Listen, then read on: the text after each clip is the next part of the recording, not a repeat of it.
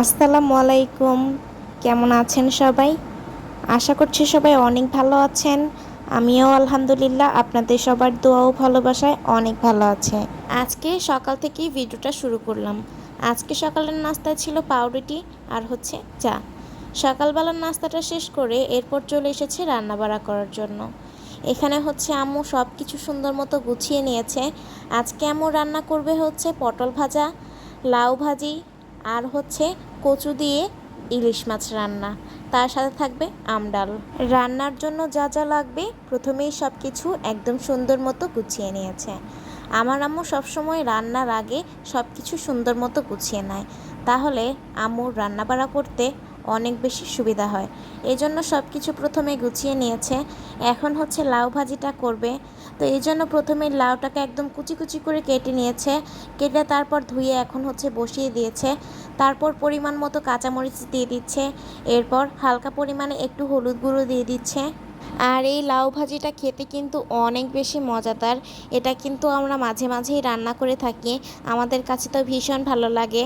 আপনারা কি কেউ কখনো খেয়েছেন কিনা অবশ্যই জানাবেন।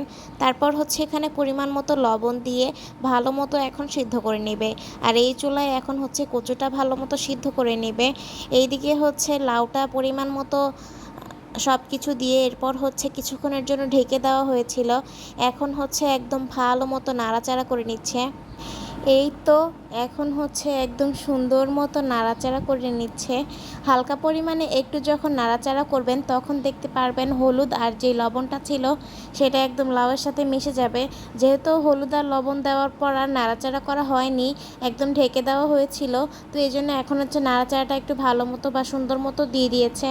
এখন হচ্ছে পরিমাণ মতো পেঁয়াজ দিয়ে দিচ্ছে। পেঁয়াজটাকে একদম লাল লাল করে ভেজে নেওয়া হবে। আজকে হচ্ছে আমাদের বাসায় ভাজি দিবস বলতে পারেন আপনারা। সব কিছু আজকে ভাজি ভাজি করা হচ্ছে, যেমন লাউটাও ভাজি করা হয়েছে, পটলটাও ভাজি করা হয়েছে, আবার কচুরটাও ভাজি করা হবে। যাই হোক, তারপর হচ্ছে পেঁয়াজ আর রসুনটাকে ভালো মতো ভেজে নেওয়া হয়ে গেলে এরপর হচ্ছে আগে থেকে যেই লাউটা সিদ্ধ করে রাখা হয়েছিল সেই লাউটাই হচ্ছে এখন দিয়ে দিচ্ছে। লাউটা দেওয়া হয়ে গেলে এরপর হচ্ছে ভালো মতো নাড়াচাড়া করে নিচ্ছে। যেসব আপুরা এখন পর্যন্ত আমার ভিডিওটা কন্টিনিউ করছেন তাদেরকে অনেক অনেক ধন্যবাদ আমার ভিডিওটা কন্টিনিউ করার জন্য। অবশ্যই আমরা সবাই চেষ্টা করব সবার সম্পূর্ণ ভিডিও দেখে ভিডিও অনুযায়ী একটি মন্তব্য করার জন্য। এখানে হচ্ছে লাউ ভাজিটা প্রায় হয়ে গিয়েছে। এখন হচ্ছে লাউ ভাজিটা নামিয়ে রেখে পরিমাণ মতো তেল দিয়ে দিচ্ছে ফ্রাই প্যানটায়। তারপর হচ্ছে আবারও পরিমাণ মতো পেঁয়াজ আর রসুন দিয়ে দিচ্ছে। এখন হচ্ছে কচুটা ভালো মতো বাঘার দিয়ে নেবে। আর এই কচুটা কিন্তু আজকে ইলিশ মাছের সাথে রান্না করা হচ্ছে। কচু দিয়ে ইলিশ মাছ ভাজি কিন্তু অনেক বেশি ভালো লাগে। আমি আগে কখনো ট্রাই করিনি, আজকে ফার্স্ট টাইম এভাবে খাচ্ছি। আমি যখন খেয়েছি তখন অনেক বেশি ভালো লেগেছে। যাই হোক, এখন হচ্ছে কচু আর ইলিশ মাছটাকে দিয়ে দিচ্ছে। আজকের সবগুলো আইটেমই অনেক বেশি লোভনীয় ছিল। অনেক দিন ধরেই এরকম ভাজি ভর্তা খাওয়া হচ্ছিল না, এই জন্য আজকে সব কিছু একদম ভাজি রান্না করছে। হয়তো বা একটা ভর্তা হলে ভালো লাগতো, তবে এতগুলো আইটেমের ভিতরে আবার ভর্তা কেউই খেতে চাইবে না, যেহেতু গরমের ভিতরে কোনো কিছু খেতে ইচ্ছে করে না। যদিও এখন ভর্তাটা করা হলে আমাদের বাসায় কেউই পছন্দ করবে না এবং কেউই খাবে না। আমি তো আরও সবার আগে খাবো না, কারণ আমি ভর্তা একদমই পছন্দ করি না। মনে করেন শুধু আলুর ভর্তাটা একটু বেশি পছন্দ করি, আর ঝাল ঝাল কোনো ভর্তা হলে সেটা পছন্দ করি। এখন হচ্ছে কচু আর ইলিশ মাছ ভাজি রান্নাটা হয়ে গেলে এরপর হচ্ছে আম্মু একটা ফ্রাই প্যানে পরিমাণ মতো তেল দিয়ে এখন হচ্ছে পটলগুলোকে সুন্দর মতো ভেজে নেবে। পটল ভাজিটা আমাদের বাসায় সবাই অনেক পছন্দ করে। পটলটা যদি রান্না করা হয় তাহলে আমি একদমই পছন্দ করি না, তবে আমার আম্মু পটল রান্নাটা অনেক বেশি পছন্দ করে।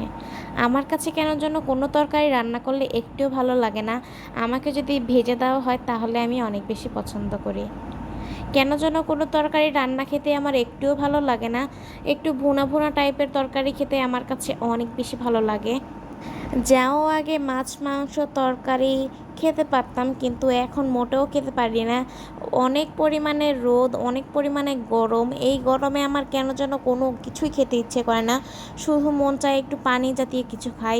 আর পানি খেয়েই পেটটা ভরে থাকে, আর কোনো কিছু খেতে ইচ্ছে করে না তেমন একটা। আমি জানি সব আপু এবং ভাইয়াদের সাথেই এরকমটা হচ্ছে, শুধু আমার কাছে না। কেন যেন কোনো কিছুই মুখে একদমই ভালো লাগছে না। যাই হোক, এখন হচ্ছে পটলটা ভালো মতো ভেজে নেওয়া হয়ে গেলে পটলটা উঠিয়ে নিয়েছে। এখন হচ্ছে ডালটা বসিয়ে দিয়েছে, ডালটা সুন্দর মতো সিদ্ধ হয়ে গেলে এরপর হচ্ছে ডালটা বাঘার দিবে।